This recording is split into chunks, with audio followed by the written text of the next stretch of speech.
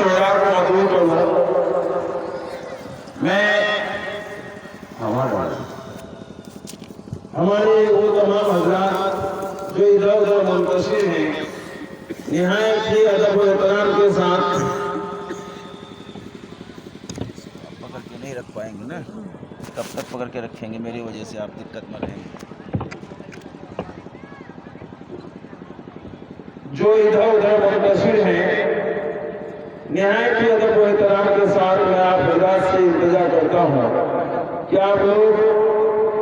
آ جائیں, جم جٹ کر بیٹھ جائیں. یہ جلسہ ہے, عام جلسہ نہیں جس کو آپ عام جلسہ سمجھتے ہیں. یہ دستار بندی کا جلسہ ہے,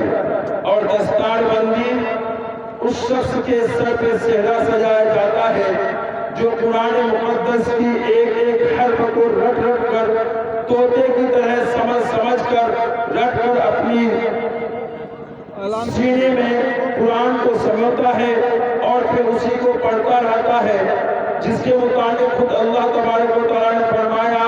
کہ نحن نزلنا الذکر وإنا لہ لحافظون. کہ قرآن ایک ایسی چیز ہے, ایسی مقدس کتاب ہے کہ جس کی حفاظت کی ذمہ داری خود خدا نے لی, اور اس حفاظت کے لیے اللہ تبارک و تعالیٰ نے عوام الناس میں سے, ہم انسانوں میں سے, افضل البشر میں سے انسان ہی کے اولادوں کو انتخاب کر کے ان کے سینے پہ اتارنے کی کوشش کیا. ورنہ تو دنیا میں آج شاہد ہے, آپ سبھی حضرات جانتے ہیں کہ اب تک کوئی ایسی کتاب نہ آسمانی کتاب ہے کہ دنیاوی کوئی بھی کتاب ایسی نہیں جس کے لیے کوئی ایک آدمی یہ کہہ دے کہ مجھے پوری کتاب ازبر شروع سے لے کر آخر تک یاد ہے. کوئی ایسا انسان نہیں کہہ سکتا سوائے قرآن مقدس کی. یہ قرآن مقدس کا سینے پہ اتر جانا یہ محض اللہ کا کرم ہے, ورنہ کہ کوئی بھی انسان اگر چاہے کہ ایک پارے کو یاد کر لے نہیں ہو سکتا, چاہے کہ 30 پارے قرآن کو اپنے سینے میں سما لیتا ہے. یہ خدا کا کرم ہے اور قرآن کا کھلا معجزہ ہے. آئیے ہم ایسے پروگرام میں بیٹھے ہیں یا بیٹھنے کی کوشش کر رہے ہیں جس کی شہادت آج ہمارے نہیں اللہ تبارک و تعالیٰ کے فرشتے عرش میں جا کر دیں گے. اللہ تبارک و تعالیٰ پوچھیں گے کہ فرشتے تم کہاں سے آئے؟ فرشتہ بوانگے جوہر فساد و بلاغت کے انداز میں اللہ کے سامنے بولے گا کہ الہا آپ کو معلوم ہے سرزمین چنی میں ایک آپ کی دینی مجلس سجی تھی جہاں پر وہاں کے بچوں نے رٹ رٹ کر آپ کے کلام کو, قرآن مقدس کو ایک ایک حرف کو رٹ کر اپنے سینے میں بسایا تھا, اور سینے میں بسانے کے بعد اسے یاد کر کے لوگوں کو سنانے کے لیے, آپ کے دین کو پھیلانے کے لیے, آپ کی قرآن کی تبلیغ و اشاعت کے لیے پوری دنیا میں قرآن کی حفاظت کی ذمہ داری لے کر اپنے سینے پہ قرآن کو سمجھا تھا. ایسے لوگوں کے سر پر دستار باندھی گئی تھی. میں وہیں سے آتا ہوں. اللہ تبارک و تعالیٰ فرمائیں گے اے فرشتے تو گواہ رہنا, اے فرشتے تو گواہ رہنا, اے فرشتے تو گواہ رہنا کہ جتنے لوگ اس محفل میں شامل تھے میں ہر ایک کی مغفرت کر دیتا ہوں. دوستو یہ ہے اس محفل کی فضیلت. اگر ہم اور آپ اس کو نہیں سمجھتے ہیں یہ ہماری کوتاہی اور کوشش کمی ہے. اللہ ہم سب کو قرآن جیسے مقدس زندگی عطا فرمائے, قرآن جیسے مقدس کتاب سے محبت عطا فرمائے. اسی کے متعلق دوستو چند اشعار میں آپ کے سامنے تھوڑا سا آپ کے مزاج کو بدلنے کے لیے عزیز قبر کے ہمارے بیچ یہاں پر شعراء آئے, الحمدللہ ہمارے قاری موجود ہیں اور خطبہ آئے, ان کو آپ کے سامنے پیش کریں. پہلے آپ اس موڈ میں پیدا تو ہو جائے. کسی بھی چیز کو, کسی بھی ہتھیار کو بنانے سے پہلے اس لوہے کو آگ میں جلایا جاتا ہے, بھٹی میں تپایا جاتا ہے, اور جلانے اور تپانے کے بعد لوہا کو اس لائق بنایا جاتا ہے کہ اس سے سامان بن جائے. اس کے بعد اس پر ہتھوڑا مارا جاتا ہے. یہی حال ہے کہ جب تک ہم سننے کے لیے جب اس کوشش میں ہم تیار نہیں ہو جائیں گے, ہمارا مزاج اس طرح بن نہیں جائے گا, اس سے پہلے ہم اگر آپ کے سامنے کسی مہمان کو بلائیں تو ناقدری ہوگی. چونکہ اگر ہم ناقدری کریں گے تو اللہ پھر ہم سے ناراض ہو جائیں گے. اللہ ناراض ہو جائیں گے تو ہمارا یہاں پر آنا بیٹھنا کارگر نہیں بلکہ بیکار ہو جائے گا. اسی شاعر نے کہا ہے کہ سب کتابوں سے جو افضل ہے اسے قرآن کہتے ہیں. سب کتابوں سے جو افضل ہے اسے قرآن کہتے ہیں. اتارا ہے اس کو جس نے اس کو رحمان کہتے ہیں. اتارا ہے جس کو اس نے رحمان کہتے ہیں. بسایا اپنے سینے میں جو اس کے 30 پارے کو, بسایا اس کے جس نے سینے میں اس کے 30 پارے کو, زمانے بھر میں اس کو حافظ قرآن کہتے ہیں۔ علم و تمدن کا قرینہ ایک طرف، علم و تہذیب و تمدن کا قرینہ ایک طرف، علم و تہذیب و تمدن کا قرینہ ایک طرف، ساری دنیا ایک طرف، شہر مدینہ ایک طرف۔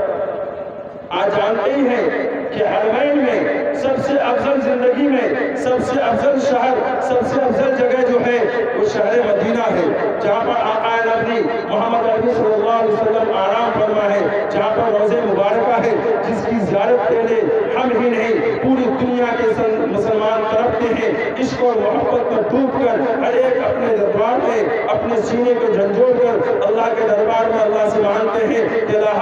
ایسے حرمین کی، ایسے روضہ مقدسہ کی ہم کو زیارت نصیب فرمائے۔ ہم بھی تڑپتے ہیں، آپ بھی تڑپتے ہیں، دعا گو ہے اللہ تبارک و تعالیٰ سے کہ اللہ تبارک و تعالیٰ ہم سب کو حرمین شریفین کی زیارت نصیب فرمائے۔ دوستو اسی کے لیے کہا ہے کہ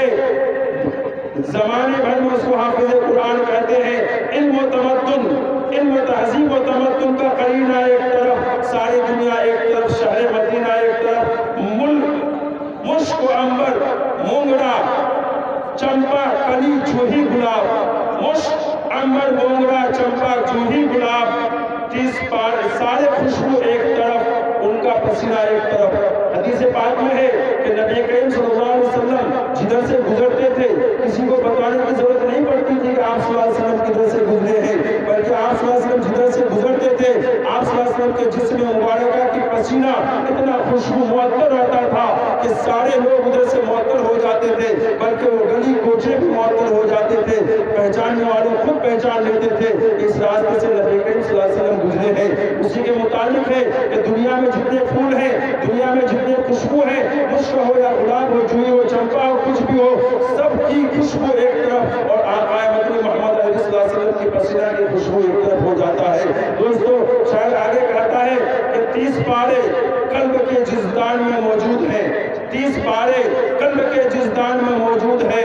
سارے سینہ ایک طرف، ان کا سینہ ایک طرف، یعنی جس کے سینے میں قرآن سمویا ہوا ہو، جس کے سینے میں قرآن بسا ہوا ہو، جس کے سینے میں قرآن کے 30 پارے سما جائے، ان کا سینہ اور پوری دنیا کے لوگوں کا سینہ اگر موازنہ کیا جائے تو اس کا سینہ الگ ہو جائے گا اور دوسرے کا سینہ الگ ہو جائے گا۔ آپ نے حدیث پاک میں سنا ہے کہ جب انسان کوئی حفظ کرتا ہے، قرآن پڑھتا ہے، قرآن کو یاد کر لیتا ہے تو اللہ تبارک و تعالیٰ جب میدان محشر قائم کریں گے، میدان محشر قائم کرنے کے بعد حساب کتاب ہو جائے گا، حساب کتاب کے بعد اللہ تبارک و تعالیٰ جنتیوں کو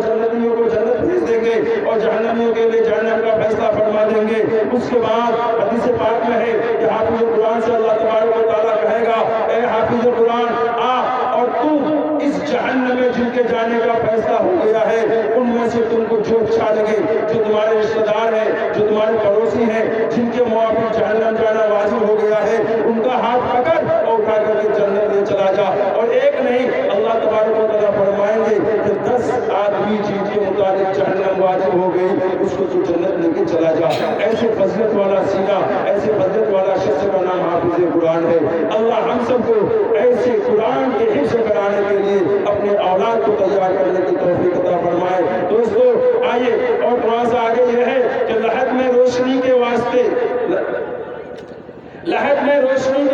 سامان لایا ہوں۔ لحد میں نہیں خبر،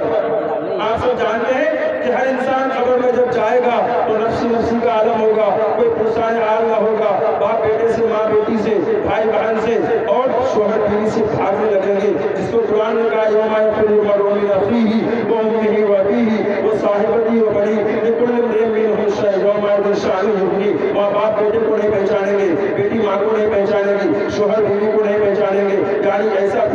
ہمیں کا عالم ہوگا کہ سب اپنی پریشانی کے عالم میں ہوں گے، ایک دوسرے کو نہیں پہچانیں گے۔ اس عالم کے مطابق کہا شاعر نے کہ لحد میں روشنی کے واسطے سامان لایا ہوں، لحد میں روشنی کے واسطے سامان لایا ہوں، میں اپنے دل کے اندر آیت قرآن لایا ہوں، میں اپنے دل کے اندر آیت قرآن لایا ہوں۔ خدا پوچھے گا محشر میں کہ کیا لایا ہے،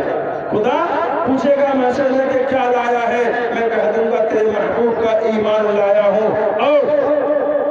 جلا نہ دے کہیں مجھ کو آگے جہنم اے حسن،